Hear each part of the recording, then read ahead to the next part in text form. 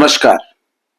आज next gen ई hospital संस्था को नेक्स्ट जेन में ऑनबोर्डिंग कैसे करेंगे, अर्थात संस्था को हम नेक्स्ट जेन हेतु ऑनबोर्डिंग के लिए रिक्वेस्ट कैसे भेजेंगे, किस प्रकार हम नेक्स्ट जेन में अपने फैसिलिटी को सम्मिलित करेंगे, इस संबंध में हम जानकारी आपको देंगे।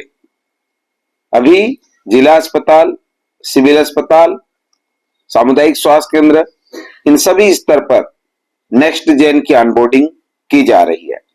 आने वाले समय में सभी प्राथमिक स्वास्थ्य केंद्रों में भी नेक्स्ट जेन की ऑनबोर्डिंग होगी।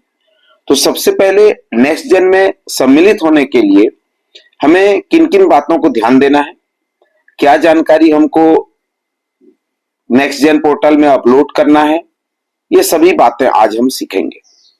मैं आपका बहुत बहुत हृदय से आभारी हूं कि निशामणि चैनल में आप बने हुए हैं और इस चैनल के माध्यम से सभी स्वास्थ्य संबंधी गतिविधियों की जानकारी आप प्राप्त कर रहे हैं। मुझे आप पर भरोसा है कि आप इस चैनल का उपयोग करके अपनी सभी कठिनाइयों को, सभी समस्याओं को, ऑनलाइन सभी दिक्कतों को आप दूर कर रहे होंगे। तो आज के इस सेशन में आपका पुनः स्वागत है। नेक्स्ट जेन में मुख्य रूप से फैसिलिटी का ऑनबोर्डिंग, जितने भी हमारे नए संस्थाएं हैं उन सभी का ऑनबोर्डिंग करना होता है। इस हेतु हमारा जो एप्लीकेशन होगा वो ऑनबोर्डिंग रिक्वेस्ट जो होगा ये नेक्स्ट जेन में हमारा किए जाने हेतु होगा, जिसका यूआरएल है nextgen.ehospital.nic.in। इस यूआरएल को जब हम क्लिक करेंगे तो हमें होम पेज इस प्रकार दिखाई देगा, जहां पर नेक्स्ट जेन के बारे में जानकारी दी गई है। जब आप इस ऑनबोर्डिंग लॉगिन में देखते हैं तो यहां पे ऑनबोर्डिंग का ऑप्शन होता है, जहां आप न्यू ऑनबोर्डिंग, जैसा कि आप देख रहे हैं यहां पे न्यू ऑनबोर्डिंग रिक्वेस्ट को जो आप भेजते हैं तो आप इसको क्लिक करते हैं तो आपको यहाँ पे टर्म्स एंड कंडीशन दिखाई दे रहे हैं। आप 4 प्रकार से इस 4 पॉइंट में आप इस नेक्स्ट जेन में ऑनबोर्डिंग फैसिलिटी को आप कर पाएंगे। पहला तो है एक्सेप्ट टर्म एंड कंडीशन, जो टर्म्स एंड कंडीशन दिया गया है उसको आपको एक्सेप्ट करना है। फिर उसके बाद दूसरा जो है मॉड्यूल रिक्वायरमेंट, जो मॉड्यूल आपको वहां संचालित करना है वो मॉड्यूल आपको वहां पे क्लिक करना है। तीसरा है हेल्थ फैसिलिटी का डिटेल्स आपको भरनी है और चौथा है ऑफिसर डिटेल। इस प्रकार से 4 आपको कंडीशन पे, 4 पैरामीटर पे आपको जानकारी आपको भरनी होगी। पहला जो है आप देख रहे होंगे कि ये एक्सेप्ट टर्म्स एंड कंडीशन, दूसरा मॉड्यूल रिक्वायरमेंट और तीसरा है हेल्थ फैसिलिटी डिटेल और चौथा है ऑफिसर डिटेल्स। तो हम सबसे पहले इस टर्म्स एंड कंडीशन को हमको पढ़ना होता है और इसको हमको एक्सेप्ट करना होता है। जैसे हम इस टर्म्स एंड कंडीशन को एक्सेप्ट करते हैं और नेक्स्ट में जाते हैं तो हमें मॉड्यूल रिक्वायरमेंट पे हमको ऑप्शन आता है, जहां पे 2 मॉड्यूल दिए गए हैं, ई हॉस्पिटल बेसिक मॉड्यूल और दूसरा है ई हॉस्पिटल एडवांस मॉड्यूल। ई हॉस्पिटल बेसिक मॉड्यूल में ओपीडी और OPD clinic, IPD admission discharge and transfer, billing, ये बेसिक मॉड्यूल है। और ई हॉस्पिटल के एडवांस मॉड्यूल जहां पे लैब इंफॉर्मेशन सिस्टम है, रेडियोलॉजी इंफॉर्मेशन सिस्टम और स्टोर एंड इन्वेंट्री का सिस्टम है। मतलब आपका लैब भी जुड़ेगा, फार्मेसी भी जुड़ेगा, स्टोर भी जुड़ेगा और आपका रेडियोलॉजी डिपार्टमेंट भी जुड़ जाएगा जब ई एडवांस हॉस्पिटल में आप क्लिक करेंगे।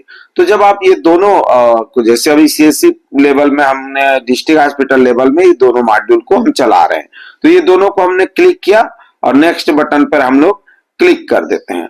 जैसे ही हम नेक्स्ट बटन पर क्लिक करेंगे तो हमारा हेल्थ फैसिलिटी डिटेल का ऑप्शन ओपन हो जाता है।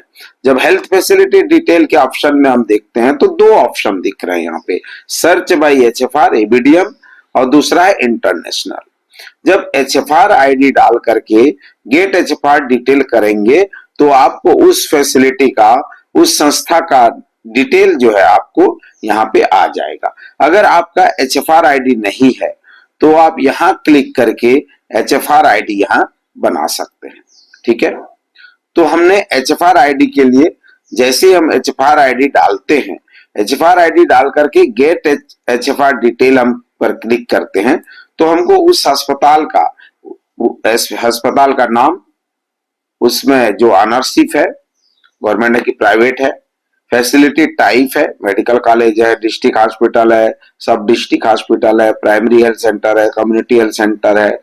उसके बाद parent organisation, country, state, district, pin code, address, और एड्रेस जो आप पोर्टल में दिखाना चाहते हैं वो, इस तरह से उसकी बेसिक जानकारी वो हमें फिल करनी होती है। यहाँ पे देखिए जब HFR आईडी आपने डाला तो उससे फैसिलिटी का नाम, country, state, district, pin code और एड्रेस, ये चीजें जो है जो HFR में डाला है वो यहाँ पे पब्लिश हो रहा है। लेकिन आप चाहते हैं कि इस एड्रेस के अलावा मुझे ये वाला एड्रेस जो है जो कि मैंने डिस्प्ले करना है वो मैं यहाँ पे टाइप कर सकता हूँ। इस तरह से आप टाइप करके आप नेक्स्ट बटन पर आपको क्लिक करना है। जब आप नेक्स्ट बटन पर क्लिक करेंगे तो फिर आपको उस, जैसे यहाँ और एक ऑप्शन बताने का था कि जैसे इसका जो इंटरनेशनल वाला जो ऑप्शन है उसको भी इंटरनेशनल वगैरह का आप जब चुनना होगा तो चुन सकते हैं। दूसरा यहाँ पे देखिए जैसे हमने नेक्स्ट किया तो हम ऑफिस डिटेल पे पहुंच जाए। ऑफिस डिटेल में मुख्य रूप से जो है ऑफिसर डिटेल है, ऑफिसर डिटेल में हेल्थ फैसिलिटी के जो हेड है पहले उनका हमको डिटेल भरना होगा, और दूसरा जो है जो नोडल ऑफिसर है उनका डिटेल भरना होता है। क्या मतलब इसका मतलब ये है कि एक तो जो संस्था प्रभारी है और दूसरा जो नेक्स्ट जेन के नोडल बनाया गया है, ये दो जानकारी आपको भरनी होती है जिसमें उनका नाम है, first name, middle name, last name, designation, landline number, mobile number, email ID. उसी प्रकार नोडल ऑफिसर का भी ये जानकारी हमको भरनी होती है। उदाहरण स्वरूप देखिए यहाँ पे डॉक्टर कृष्णा और डॉक्टर नवीन का जानकारी भरा गया है। जब भी हम इनके मोबाइल नंबर को डालेंगे और वेरीफाई करेंगे तो एक ओटीपी जाएगा और उस ओटीपी को वेरीफाई करके हमको उस मोबाइल नंबर को वेरीफाई करना होता है। ठीक है, तो इस प्रकार से OTP will be sent to nodal officer mobile number and email, verify contact detail by entering, और इसको वेरीफाई करना होता है। जब आप वेरीफाई करेंगे तो आपका डिटेल जो है वो वेरीफाइड हो जाएगा और आपका रिक्वेस्ट जो है वो सक्सेसफुली सबमिट हो जाएगा। क्या आपने किया, आपने देखा होगा कि पहले नेक्स्ट जेन के जो URL है उसमें लॉगिन किया, लॉगिन करने के बाद आपने अपने अस्पताल की डिटेल्स आपने भरे, वहां आपने सर्च किया और अपने अस्पताल का डिटेल भरने के बाद आपने अपने यहाँ की जो नोडल ऑफिसर है, जो भी आपके संस्था प्रभारी है, उसकी जानकारी भर के आपने सबमिट किया। और जो मॉड्यूल आपके यहाँ चलाना होता है, जो संस्था में आप मॉड्यूल चलाएंगे वो मॉड्यूल को आपको टिक करना होता है। इस प्रकार से आप जो ऑनबोर्डिंग रिक्वेस्ट आप भरते हैं और ऑनबोर्डिंग रिक्वेस्ट भेजने के बाद जो है आपका रिक्वेस्ट सक्सेसफुली जो है सबमिट हो जाता है। अब बात आता है कि नेक्स्ट जेन में आप ट्रैक कैसे कर सकते हैं कि आपका जो जानकारी है, जो आपने जो सबमिट किया है, उस ऑनबोर्डिंग प्रोसेस में आपका स्टेटस क्या है, अभी कहां तक पहुंचा, उसको ट्रैक करने के लिए आपके पास ट्रैक रिक्वेस्ट स्टेट ये ऑप्शन आपको दिया गया है। जब यहां आप क्लिक करते हैं कि आपका जो नेक्स्ट जेन का स्टेटस है क्या है वो जानना चाहते हैं, तो उस स्थिति में आप यहाँ पे ट्रैक रिक्वेस्ट स्टेट्स में आप क्लिक करेंगे, स्टेटस में आप क्लिक करेंगे तो ट्रैक ऑनबोर्डिंग स्टेटस में आप देखेंगे कि आपका जो एप्लीकेशन है वो किस स्टेज पे है। तो आप देखिए यहाँ पे लिखा जा रहा है कि ये अंडर प्रोसेस है। ये स्टेटस जानने के लिए आप जब क्लिक करते हैं तो यहाँ आपको पता चल जाएगा कि आपका रिक्वेस्ट डेट कब था, आप किसके लिए आपने रिक्वेस्ट भेजा था, उस हेल्थ फैसिलिटी का नाम क्या है, इस प्रकार से पूरी जानकारी आ जाती है और ये अंडर प्रोसेस स्टेज में अभी दिखाई दे रहा है।